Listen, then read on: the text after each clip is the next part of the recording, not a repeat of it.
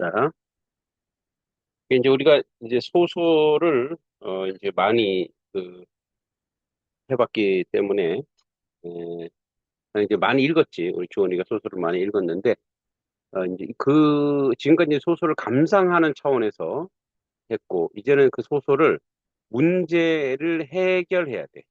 해결. 근데 이제 문제 해결 능력이 있어야 되는데 우선 이제 어 전반적으로 목사님이 조금 같이 음, 음, 전체 아웃라인을 한번 적어 볼게. 음, 음, 음, 음, 어디 있지? 맞지? 일기를, 여기다가 할까? 저기다가. 자, 소설은, 우선, 대화가 되면 좋은데, 소설은 중요한 게 이제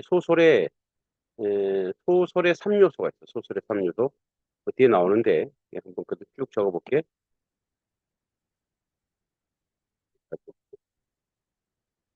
소설의 3요소. 자, 소설의 3요소가 뭐고? 소설의 3요소는 주제, 구성, 문체야. 소설의 3요소. 그 죽음은 주제, 구성. 그러니까 이 소설의 주제가 뭐냐? 이거야 돼. 주제, 구성, 문체. 그래서 이제 우리가 주제는, 이제 구성에 나오는 것들이 주제로 구현이 돼. 그래서 이제 우선 주제에 나오기 전에, 그럼 그 구성의 3요소가 있어, 소설을. 자, 그 구성의 3요소가 뭐냐면, 인물, 사건, 배경, 배경. 그래서 이제 인물, 사건, 배경. 여기서 주제가 나와. 그래서 이제 주제가 여기 이 세 개에서 있다 어떻게 하냐면 이 세 개에서 주제가 나오면 이 세 개에서 주제가 나오고 이제 이 구성이 요거고 문체는 시점이야. 그래서 문체는 대개는 시점을 쭉 공부할 텐데 그러면 이제 한번 보자. 그러니까 이제 주제가 구성에서 주제가 나온다 했지. 근데 인물 간에 이제 갈등이 있어. 그래서 인물은 인물과 인물의 갈등이 있어. 이걸 더 뭐라면 개인과 개인의 갈등이라 그래. 개인과 개인의 갈등. 그 다음에 개인과 사회의 갈등이 있어. 또는 관습의 갈등이 있어. 그치? 또 그 사회와 사회의 갈등이 있어. 이런 건 거의 안 나와. 그래서 보통 시험에 많이 나오는 건 개인과 사회의 갈등이 있어. 개인과 사회. 그러니까 이제 뭐 예를 들어서 이 사람은 뭐 어, 자유주의자인데 또 공산주의 체제에서 살아가야 되는 어떤 그런 갈등, 체제의 갈등 이런 것들이 있지. 그러니까 이 갈등이야, 인물은. 그리고 인물은 또 갈등을 가지고도 이렇게 나올 수 있지만 인물은 주인공이냐, 이 소설의 주인공이냐, 또는 주인공과 갈등하는 반동인물이냐. 그래서 이걸 갖다가 주동인물, 반동인물이라 그래. 그치? 자, 예를 들어서 홍길동전. 자, 홍길동전의 주동인물은 홍길동이야. 그치? 물론 주인공이라고 해서 다 착한 건 아니야. 이제 인물이 변화되기도 해. 그래서 인물이 전형적인 인물, 입체적인 인물이 있는데, 현대 소설은 입체적인 인물이 많아. 입체적인 건 뭐냐면, 인물이 바뀌어. 회귀해. 예. 그러니까 고전 소설은 전형적이야. 변사 또는 절대 변하지 않지. 이런 식으로. 그래서 인물이 주동인물 있고 반동인물 있어. 그러니까 그 홍길동전에 반하는 인물, 뭐 아버지를 아버지라 부르지 못하고, 호용호제를 하지 못하는, 호용호부하지 못하는, 그러니까 뭐 예를 들어서 홍판사가 될 수도 있고 이 사회가 될 수도 있지. 그러니까 뭐야? 개인과 사회의 갈등이 되는 거지. 그지? 그래서 인물과 그다음에 사건은 자, 이제 그 외적 사건이 있고 내재적 사건이 있어. 그 사건이 갈등이야. 이제 뭐 이데올로기 문제, 그다음에 사랑의 문제, 또 이별의 문제 이런 갈등. 배경은 시간적 배경이 어느 시대냐? 시간적 배경. 공간적 배경 어디냐? 이런 역. 그래서 인물 사건 배경이 이제 주된 이 인물 사건 배경이 이제 앞으로 주되게 네가 이제 문제를 풀 때, 문제 해결할 때 그 내용이 인물 사건 배경이. 자, 여기서 이게 이제 세 가지가 이제 주제로 구현하고, 그다음에 문체. 문체는 우리가 지금까지 쭉 배웠던 거지.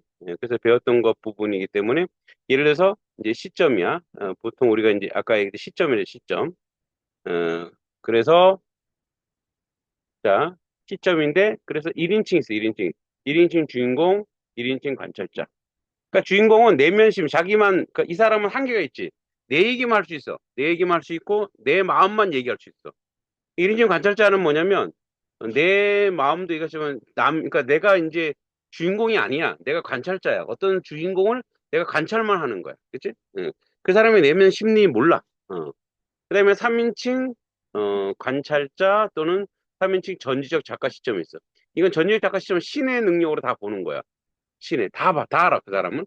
관찰자는 뭐냐면 관찰만 하는 거야. 3인칭이 되어서 어떤 인물들을 관찰하는 거. 그래서 이게 바로 이제 시점이다. 그래서 소설의 3요소는 주제, 구성, 문체, 그리고 이제 구성의 3요소는 인물, 사건, 배경. 시점은 이제 문체는 시점으로 많이 가고, 그다음에 이제 소설의 전개 과정이 있어. 소설에 하나 더 그러면 이제 소설의 전개 과정. 전개 과정. 그래서 뭐냐면 자 도입, 도입. 그다음에 발단, 도입이다. 발단, 전개, 위기, 절정, 결말 이거였지. 그래서 이걸 이제 우리가 이제 이것도 이제 표로 이렇게 작성해 보면 표로 이렇게 드러나 보면은 이렇게 됐어. 그래프가 이렇게 있다면 이제 발단은 처음 시작이지. 그러다 전개, 조금 올라가 위기, 절정, 음, 결말이야 결말.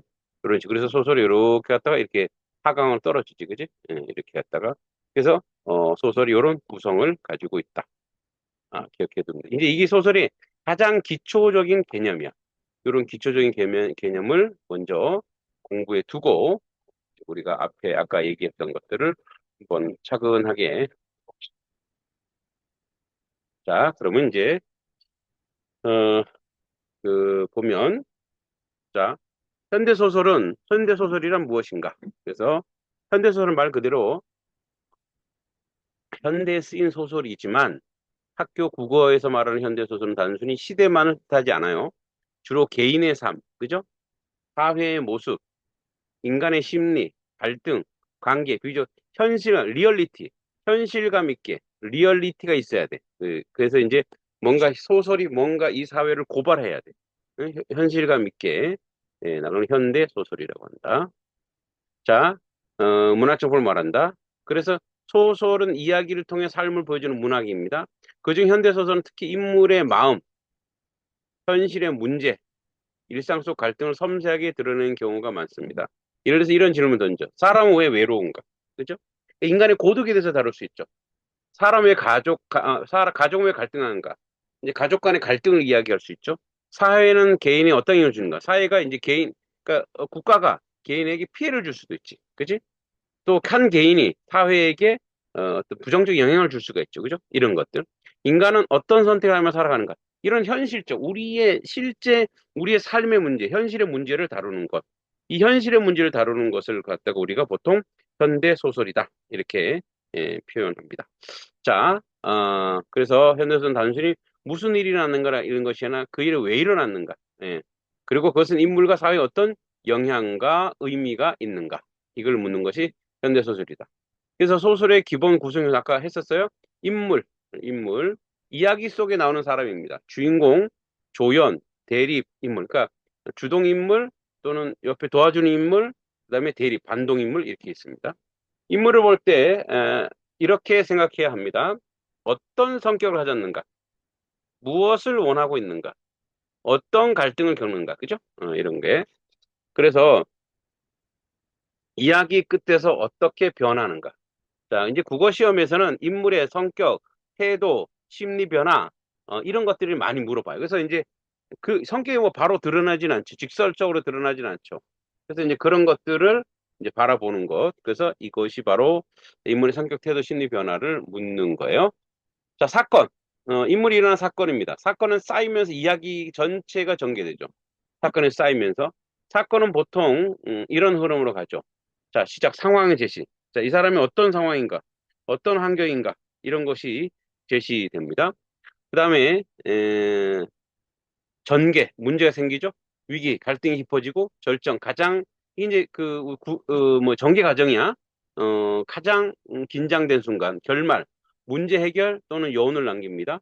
시험에서 이 사건의 의미를 자주 묻습니다. 이 사건의 의미는 뭔가? 이런 거를 자주 묻죠. 그러면 이제 그 부분에 대해서 이제 문제를 해결하면 돼요. 그건 자꾸 이제 배우면서 우리가 나가면 되니까. 자, 그 다음에 배경. 배경은 이야기가 벌어지는 시간과 공간이에요. 그죠? 사회적 환경이야. 뭐 6.25, 전쟁, 6.25 시대라든지 또는 일제강점기라든지, 그죠?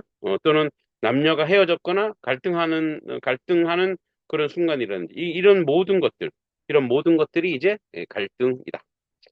자, 그래서, 배경이다. 그래서 시간적 배경, 여름밤, 전쟁 직후 산업화 시대, 그죠? 공간적 배경, 시골 마을, 그죠? 그 다음에 도시, 학교, 기차역, 사회적 배경, 가난, 분단, 경쟁 사회, 가족 해체. 배경은 단순히 장소가 아니라 인물의 삶과 갈등을 이해하는 중요한 단서예요. 갈등은 소설의 핵심이야. 중요합니다. 갈등. 이 안에서 이제 많은 문제가 나오죠. 그죠? 여러 가지 문제가 나오고, 어떤 환경이 나오고, 어떤 상황이 나오는 거죠. 자, 그래서, 어, 갈등이 있어야 이야기가 움직이죠. 갈등이 있어야지. 자, 갈등의 종류는 보통 다음과 같습니다. 인물과 인물의 갈등. 아까 했죠? 인물과 사회 갈등, 인물과 현실 갈등, 인물과 내면의 갈등. 그죠? 시점, 1인칭 시점. 1인칭 주인공이냐 관찰자 아까 했어요? 3인칭 아까 했죠? 예. 그다음에 전역 작가 시점 했습니다. 그래서 시점이 보통 1인칭 관찰자나 1인칭 주인공이 많이 나오죠. 자, 그러면 자, 소설에서 가장 중요한 건 주제입니다. 주제. 주제는 작품을 전하는 중심 생각이야. 그죠? 주제는 작품을 전하는 중심 생각. 자, 그래서 이제 우리가 봐야 되는 건 예를 들어서 가족 간의 단절이 이해, 산업화 속에서 인간성 상실, 가난한 현실 속에서 지켜야 할 존엄성. 그죠? 성장 과정에서 겪는 아픔. 또 주제를 찾을 때 줄거리만 보면 안 되고 인물의 변화, 반복되는 표현, 결말의 여운을 함께 봐야 된다. 이건 이제 우리가 나중에 실제 문제를 풀면서 그 부분을 함께 해보면 되겠습니다. 자, 그 다음에 현대소설 읽는 방법. 이제 우리가 앞으로 계속 소설을 읽어 나가겠지만 현대소설은 그냥 읽으면 줄거리만 남고 시험에 틀릴 수 있습니다. 그래서 다음 순서로 읽는 습관이 중요하다. 자, 누가 나오는지 본다. 누가 나오는가? 자, 그래서 먼저 등장인물. 그래서 인물을 먼저 동그라미 쳐놔야 돼. 아, 이거 어떤 인물이 나오는가? 그죠? 그리고 주인공이 누구인가? 주인공과 다른 인물은 어떤 관계인가? 그러니까 갈등 관계인가? 사회와 갈등 관계인가? 개인과 개인의 갈등인가? 이런 걸 봐야 되죠. 네. 2단계. 무슨 일이 일어난지를 봐야 돼. 무슨 일이. 자, 사건의 내용을 짧게 정리하면 예를 들어 아버지와 갈등 겪은 주인공 결국 화해의 가능성을 발견한다. 이렇게 한 줄로 정리할 수 있어야 되니까 딱 추론할 수 있어야 돼. 그러니까 행간에 걸려 있는 것이 무엇인지를 파악해낼 수 있어야 돼요. 그다음에 자, 3단계. 갈등이 무엇인지 찾아야 돼. 갈등이. 그래서 이 작품의 가장 큰 문제는 무엇인가를 보는 거야. 가족 갈등인가? 사회적 억압인가? 내면의 고민인가? 이런 걸 봐야 돼. 4단계. 인물의 마음의 변화를 봐야 돼. 그죠? 그래서요. 현대소설 인물의 심리가 중요합니다. 처음에 어떤 마음을 가졌는가? 사건 후에 어떻게 달라졌는가? 그죠? 작가가 무엇을 말하는지 생각해야 돼. 그죠? 그리고 마지막에 주제를 정리합니다. 그래서 이 작품은 무엇을 말하고 싶은가? 이 질문에 답할 수 있어야 돼. 자, 그래서 현대소설에서 문제 풀이 방법은 이제 작품을 감상하는 것보다 정답을 고르는 방법이 필요하다. 그러니까 줄거리만 보고 풀지 말고 많은 학생들이 줄거리를 기억하고 푸는데 줄거리는 큰 의미가 없어요. 물론 이제 전체 줄거리를 알면 되는데 근데 이제 소설은 한 부분만 나와. 그러니까 전체 줄거리에서 한 부분만 나오기 때문에 전체 줄거리는 큰 의미가 없고 그 부분에서 이제 분석해내야 돼. 그러니까 문장과 문장을 분석해야 되고 전체 내용을 분석해야 돼. 그래서 이런 걸 뭐래? 표현 효과, 인물의 태도, 소설 방식, 상징 의미, 갈등 구조, 주제. 그 무슨 일이 있었나 보다. 왜 그렇게 표현했지? 왜 이런 표현을 했지? 왜 이런 뉘앙스가 있지? 이런 것들을 물어보는 거예요. 그래서 인물과 말의 행동을 근거로 판단합니다. 인물의 성격을 물을 때 느낌으로 고르면 안 되고 반드시 근거를 찾아야 돼요. 예를 들어 어떤 인물이 계속 창밖만 본다면 막연히 창문을 좋아해서가 아니라 답답한 현실을 벗어나고 싶어 한다. 이런 식으로. 그죠? 나가고 싶다. 이런 얘기야. 또 보기에서 지나친 큰 말을 조심하기. 선지에 이런 말이 나오면 조심해. 항상, 완전히, 반드시, 오직, 전적으로. 소설은 감정과 상황이 복잡하기 때문에 이렇게 단정하는 선지는 틀릴 가능성이 크다.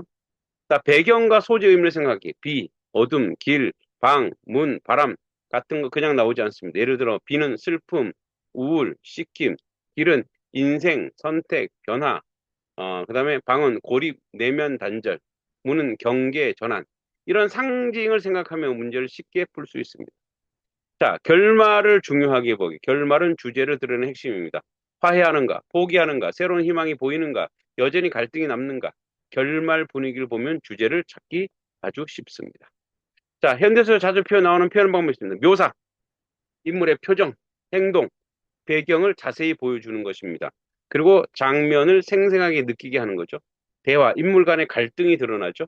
독백, 인물의 속마음을 보여줍니다. 뭐 1인칭일 때, 또 전지적 작가 시점일 때. 상징, 어떤 사물이나 행동이 더 깊은 뜻을 가지고 대비, 서로 다른 모습을 나란히 보여 차이를 강조합니다. 예를 들어서 밝은 거리와 어두운 방을 대비하면 희망과 절망의 차이를 강조할 수 있죠. 그죠? 자, 그래서 시험에 꼭 기억해야 될 핵심. 현대 소설 문제는 결국 아래 6가지에서 많이 나옵니다. 인물의 성격, 사건의 의미, 갈등 구조, 배경 역할, 시점의 효과. 그래서 6가지 중심으로 읽으면 훨씬 정리가 잘 됩니다. 그죠? 다시 시험에 꼭 기억해야 될 핵심. 그래서 현대 소설 문제는 결국 6가지. 인물의 성격, 사건의 의미, 갈등의 구조, 배경의 역할, 시점의 효과, 주제. 이렇게 보면 됩니다. 자, 현대술 공부법 첫 번째, 읽고 바로 줄거리를 한 줄에 정리하기. 야, 여기까지 무슨 내용인지. 그래서 작품을 읽고 바로 핵심 사건을 한 줄로 써보는 게 되게 중요해. 이게 무슨 사건이다. 그죠? 그리고 이제 그거를 쭉 읽어가면서 여기가 시점이 뭐지? 이게 본문의 내용이 무엇을 얘기하는 거지? 이런 것들을 어, 재빠르게 정리해낼 수 있어야 돼요. 그다음에 인물의 감정 변화 표시하기. 인물의 감정. 그리고 처음과 중간 끝에 감정을 적으면 좋고, 셋째, 중요 표현 밑줄 긋기. 예. 그죠? 반복되는 말, 이상한 행동, 배경 모사. 그러니까 행간 걸림에서 이게 이런 의미가 있겠구나를 분석해야 돼요. 넷째, 문제 풀고 근거 확인하기.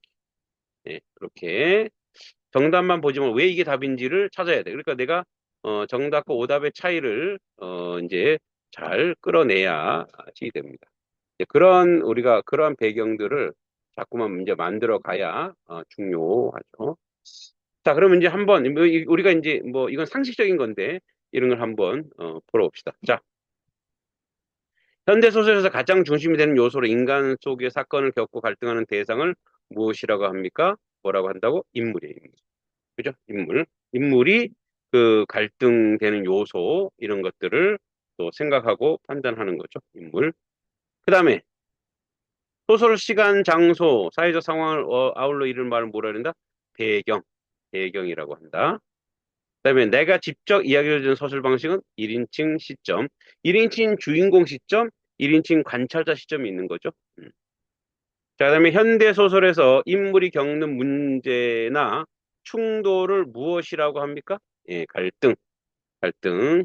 그다음에 다음 중 현대 소설 읽기 방법으로 가장 알맞는 것은 무엇입니까? 인물, 사건, 갈등 주제를 함께 파악합니다. 자, 소설에서 비, 어둠, 길 등 단순한 사물이 아니라 특별한 뜻을 가질 때 이것을 무엇이라고 합니까? 상징, 상징성이 있다. 이런 얘기죠.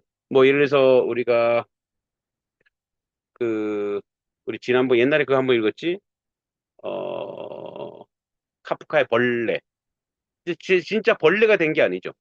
벌레라고 하는 상징을 두어서 인간을 무가치하게 여기는 거죠. 인간을 가치 없음으로 여기는 그런 사회의 모습을 이제 상징적으로 보여주는 거야. 그 다음에 인물의 마음속의 생각 직접 드리는 방법을 뭐라? 독백이라, 독백. 독백이라고 합니다. 자, 현대소설을 풀 때 가장 중요한 태도를 알맞는 것은 무엇입니까? 예, 느낌대로 답을 고르면 안 되겠죠? 예, 작품 속에 근거를 찾으며 판단해야 되겠죠? 자, 소설의 중심 생각. 즉, 작가가 작품을 통해 전하려고 하는 핵심이 무엇입니까? 주제. 예. 그다음에 현대소설을 설명으로, 어, 가장 알맞는 것은 무엇입니까? 현실과 인간의 삶을 구체적으로 다루는 문학이다. 이런 얘기죠. 자, 그러면 이제 우리 주원이가, 학교에서 배운 게, 이제 너 카톡밖에 안 되지? 아니, 문자. 지금 어디 진도 나갔어? 문자로 줘봐. 진도 지금 나간 게 뭐지? 문법 나갔나? 문법 나가나, 요즘에?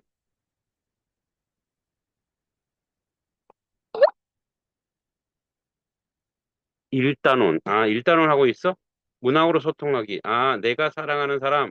정호승. 정호승. 아, 그러면 지금 내가 사랑하는 사람 이거 나가고 있는 거야?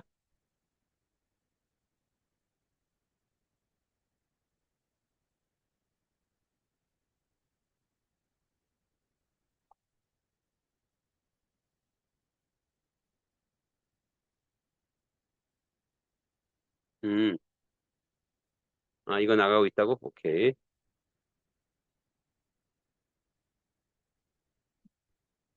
오케이. 잠깐만.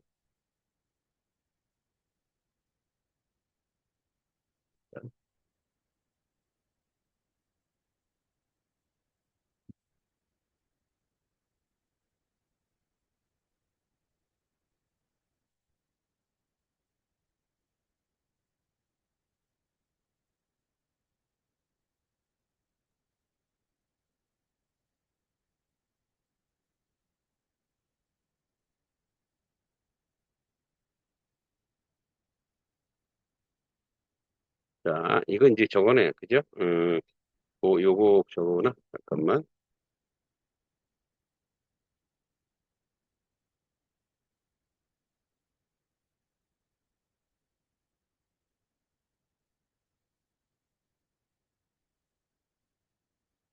자, 이제 학교에서 배웠지만 한번 복습 차원에서 한번 보자. 정호승의 내가 사랑하는 사람.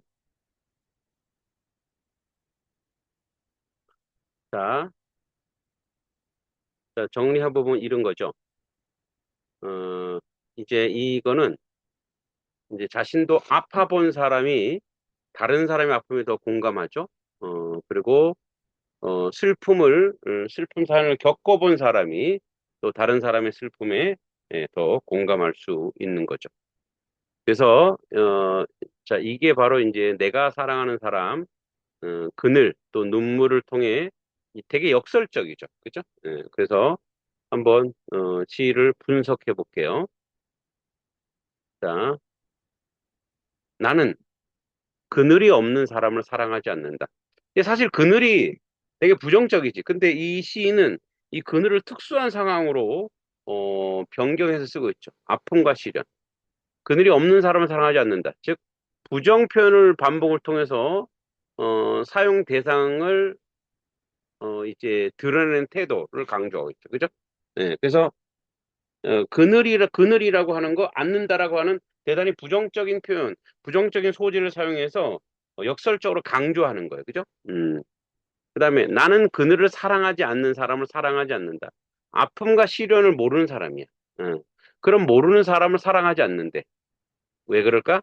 나는 한 그루 나무의 그늘이 된 사람을 사랑한다.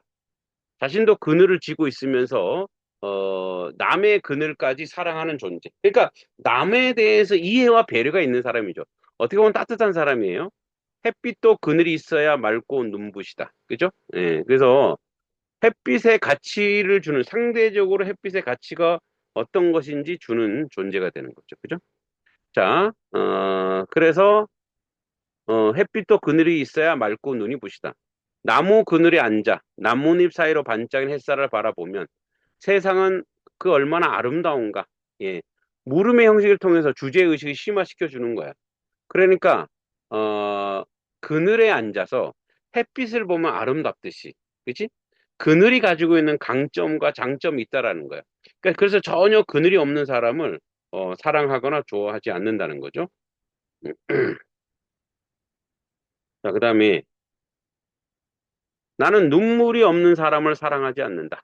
응? 그러니까 눈물, 슬픔과 고통이야. 다른 사람이 공감할 수 있는 힘이죠. 나는 눈물을 사랑하지 않는 사람을 사랑하지 않는다.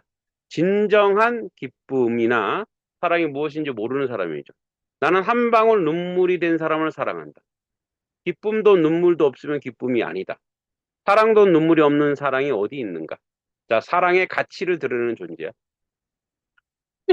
나무 그늘에 앉아 다른 사람의 눈물을 닦아주는 사람의 모습은 타자의 아름다움을 발견할 수 있는, 동시에 이제 스스로 아름다울 수 있는 존재죠. 그 얼마나 고요한 아름다움인가, 그죠? 그래서 일련의 유사한 구조로 반복을 통해 의미를 강조하고 있어. 자, 이제 이게 이제 요 부분을 여기는 이제 표현상 특징을 안 해놨는데 우리가 한번 표현상 특징을 찾아보자. 자, 우리 지난번에 시 해석하면서 좀 기억나나? 시 해석할 때, 자, 시 해석할 때는 시의 주제 구성, 자, 상황, 정서, 태도, 기억나지? 상황, 정서, 태도. 이 사람 어떤 상황이야? 아, 이 사람은 지금 자기가 무언가를 이야기하는 거야. 어떤 표현, 그러니까 어떤 상황이냐면 자기가 이제 어떤 교훈적인 뭔가 이야기하고 있는 사람이야. 그죠? 근데 이 사람은 정서는 어때? 정서는 되게 태도는 되게 의지적이죠. 의지적이야. 남을 이해해야 된다. 정서는 뭐 따뜻하죠. 그래서 뭐야? 이 시는 아주 따뜻한, 음, 이렇게 그늘이, 그러니까 남을 배려하고 이해하는 사람의 마음을 얘기하죠. 근데 여기서 나는, 그죠? 나는 앞에 나는이 나왔죠? 앉는다, 그죠? 그다음에 아니다, 앉는다 나왔죠. 그러니까 앞에 나는과 뒤에 앉는다는 스 통해서 자, 시에서 자신이 드러났어. 시 자체에서 자기 자신, 뭐 이런 게 자신이 드러나는 것은 뭐냐면 직설법. 직접 내가 뭔가 강조하고 있다라는 얘기. 그죠? 그다음에 앉는다 뭐야? 마지막에 아니다. 부정어를 통해서 강조하고 있어요. 그래서 이건 뭐야? 역설적이야, 역설. 역설적인 의미가 얘네 들어있죠. 자, 그다음에 이제 서리법. 아름다운가, 그죠?